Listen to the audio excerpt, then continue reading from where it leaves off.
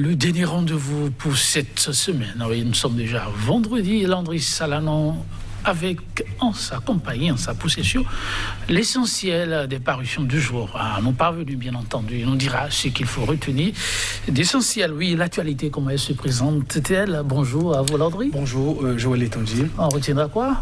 Écoutez, la presse se pose une question aujourd'hui. À quand, j'allais dire, l'appel ou la réponse du chef d'État Patrice Talon au dégel de la situation après cette élection, notamment les violences qui sont donc survenues.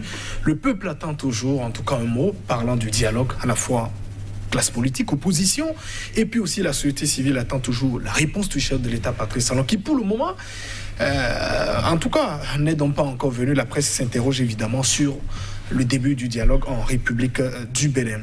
On parle d'un troisième opérateur GSM. Qui c'est ça déjà? On parle de SBN. Voilà. Est-ce que cela mettra évidemment fin, j'allais dire, à ces différents actes des deux opérateurs que nous avons pour le moment, MTN et puis Move Bénin? La presse également s'interroge. Et puis cette affaire de drogue, en tout cas de trafic de drogue, qui continue également de défrayer la chronique. Le porte-parole du gouvernement a semblé dire que le gouvernement, en tout cas, reste intransigeant par rapport à la lutte contre le trafic de drogue en République du Bénin. Intéressant. Comme on va rapidement y aller, Landry, on démarre avec quelque chose. Nous démarrons avec le Nouvel Observateur. Le Nouvel Observateur qui nous parle donc du dégel de la crise sociopolitique à l'appel du peuple électeur, le mutisme du chef de l'État élu. Voilà ce que lui dit le journal qui attend désespérément le début de ce dialogue tant annoncé ou notamment accepté par à la fois la classe politique et notamment la société civile. Éducation, la CSTB de Kassamampo exige l'abrogation de la décision d'annulation du concours des conseillers pédagogiques session d'octobre 2020 au niveau du ministère de l'enseignement maternel et primaire. Et pendant ce temps, parlant du procès de Joël Aïvo, les avocats exigent notamment l'impartialité des juges. L'Audace Info qui parle de Sébastien Germain Adjavon, affectionné par un grand esprit de partage de toute sa fortune au service des couches vulnérables, nous dit le journal. Sébastien Adjavon, ton peuple t'attend, nous dit le journal. Adjavon, voilà, développeur né, précise donc le quotidien. Et puis ce carnet noir tout de même de notre confrère, voilà, Alain Adon, qui sera donc inhumé, voilà, journaliste, directeur de publication du journal Le Choix. La dépêche nous parle donc toujours du dossier du professeur Joël Aïvo. En attendant le procès le 15 juillet 2021, en tout cas les avocats n'ont toujours pas accès au dossier du professeur. La dépêche qui ne manque jamais d'imagination, notamment un peu d'images, plus satiriques pour illustrer ces dossiers enchaînés. Tractation politique au sein de la mouvance présidentielle. Un nouveau parti pour Patrice Talon, s'interroge le quotidien La Dépêche. Et Nassiara qui parle de ce procès du Frédéric Joël Aïvo. L'Institut Thalès Afrique se joint aux avocats et appelle notamment au respect des droits du professeur, nous dit le journal. À la une toujours du quotidien, on parle d'environnement à Parakou, dégradation avancée des routes, les populations abandonnées à leur sort, nous dit donc le quotidien. Le Soleil Bénin Info parle de la lutte contre le trafic de la drogue au Bénin. Patrice Talon est déterminé au front, voilà, à faire Sonimex et consort pour le porte-parole du gouvernement. Wilfried Léon Mbedi, il assure que la justice sera faite. Et on reste toujours dans la même actualité, ce gros dossier de trafic de drogue qui défraie la chronique au Bénin. On parle de cette affaire de 146 kg de cocaïne. Wilfried Léon Mbedi rappelle la tolérance zéro du gouvernement face au trafic de drogue. Et puis on change de quotidien, l'autre vision qui parle d'attribution de licence au réseau GSM, la SBIN, nouveau concurrent de Move et de MTN. Une décision du gouvernement pour booster l'amélioration de la qualité du service, en tout cas croit savoir le quotidien. Le journal qui parle aussi des nouvelles du chef de file de l'opposition, Paul Humpé, qui continue sa randonnée en audience à la Haute Cour de justice. Paul Humpé plaide pour la mise en liberté des opposants en République du Bénin. Et puis Vif Afrique, on parle, disons, de l'installation prochaine de nouveaux réseaux GSM au Bénin pour apporter donc du neuf aux abonnés. Ce sera donc la fin programmée des caprices des jumeaux MTN et Move Bénin, nous dit le journal, le quotidien en tout cas, qui nous apporte cette aussi petite information sur le plan continental. Voilà, Laurent Gbagbo sera donc en République démocratique du Congo ce vendredi. Matin libre parle de destruction de champs de maïs par les chenilles. Le phénomène date de 2016, nous rappelle donc le quotidien. Et puis lui, autosuffisance alimentaire sous la rupture. Irénée Agossa dénonce le manque d'ambition du gouvernement, lui, en tout cas, qui est donc critique depuis quelques jours. La concurrence, évidemment, au chef de file de l'opposition. Collision entre une ambulance et puis un minibus. Retenez qu'un policier est donc décédé, des blessés et puis également des dégâts matériels enregistrés. Et puis on boucle avec l'hebdomadaire catholique La Croix du Bénin qui nous parle de 65 ans de vie de la paroisse. C'est Jean-Baptiste Cotonou, une communauté engagée dans la foi, l'hebdomadaire qui réalise d'ailleurs un dossier sur la vie de cette paroisse, Joël Etonji.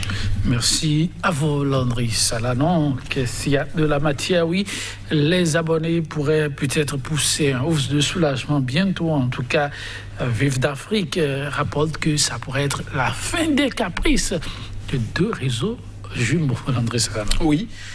Vive d'Afrique qui nous dit, parlant de l'installation prochaine du 3e opérateur GSM, ce sera donc SBIN, oui. Voilà, et le journal de nous dit que ce sera la fin programmée des caprices des jumeaux MTN et puis Move Bénin. Alors, on rappellera qu'on avait quand même, ils étaient 4 il y a quelques années, sinon 5 aussi. Le Bénin est parti. On a vu également Glo qui s'était installé, a également disparu. Et puis voilà, le premier réseau également que nous avons donc en République du Bénin aussi, voilà, qui appartient évidemment à l'État béninois, qui est aussi parti. Donc désormais, vous avez 2 réseaux GSM qui trônent, qui nous dictent leur loi.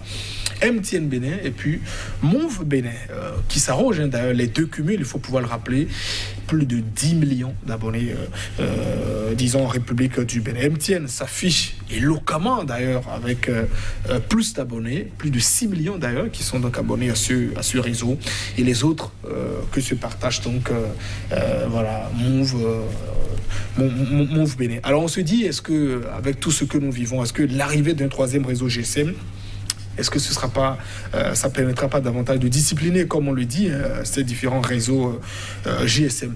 L'arrivée de tout concurrent permet forcément de vous discipliner un peu plus. Un petit détour, vous voyez, quand le Mali, par exemple, fait de doux regards peut-être à la Russie, peut-être cette arrivée permettra à la France davantage de revoir un peu les contrats. Donc, l'arrivée d'un concurrent, forcément, ça vous permet davantage de vous discipliner, de savoir que, en tout cas, nous avons sans doute des abonnés que nous allons donc perdre et qui iront donc s'abonner à ce 3e réseau GSM. Parce qu'évidemment, s'il s'agit donc des caprices, disons de ces 2 réseaux GSM, les Béninois en subissent énormément. J'en veux simplement pour preuve. En 2018, par exemple, en tout cas, ce décret qu'avait pris le gouvernement pour augmenter, par exemple, les frais des tarifs de communication, à la fois d'abonnement à Internet, on avait vu en temps, c'était rétropédalage de l'État, mais patati patata. Après, les tarifs ont été donc mis en application. C'est aussi sans doute pas sans la complicité, disons, de ces 2 réseaux GSM, où vous allez désormais en Afrique, en tout cas parlant de communication à la fois Internet, au Bénin, en tout cas la tarification, nous sommes dans le réseau, j'allais dire l'espace humain, nous sommes entre le pays qui pratique la tarification voilà, la plus chère, par exemple, parlant de connexion Internet. À cela, il faut aussi ajouter les différents déboires que vivent donc les abonnés.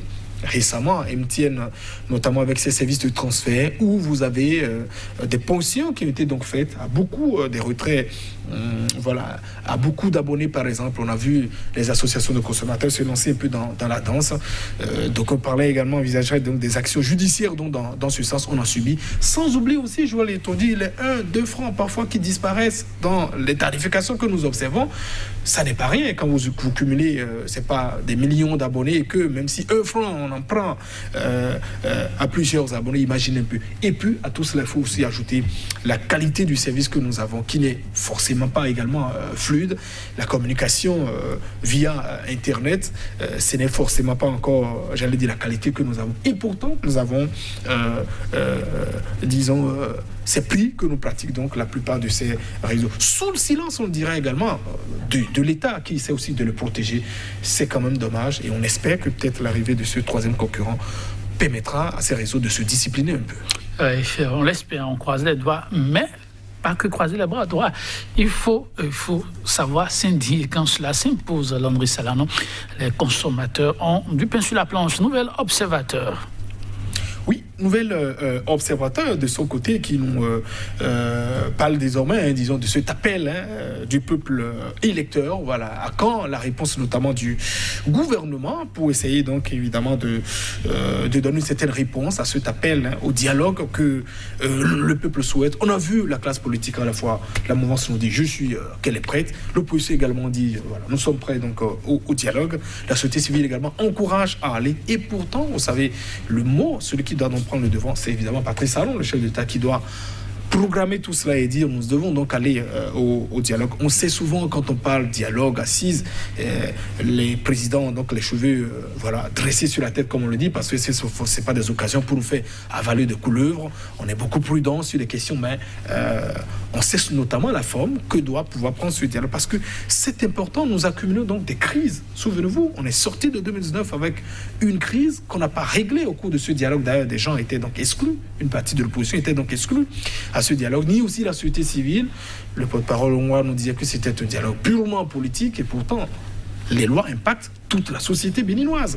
Donc on n'est pas sorti de ça, on n'a pas pu régler, solder les comptes comme on le dit, au sorti de ce dialogue d'octobre 2019.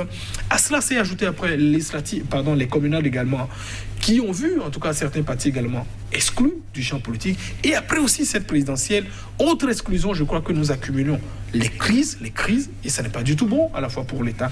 Il faut à un moment donné s'asseoir et de dire, nous réglons nos comptes, nous réglons une fois de bon les problèmes que nous avons au pays.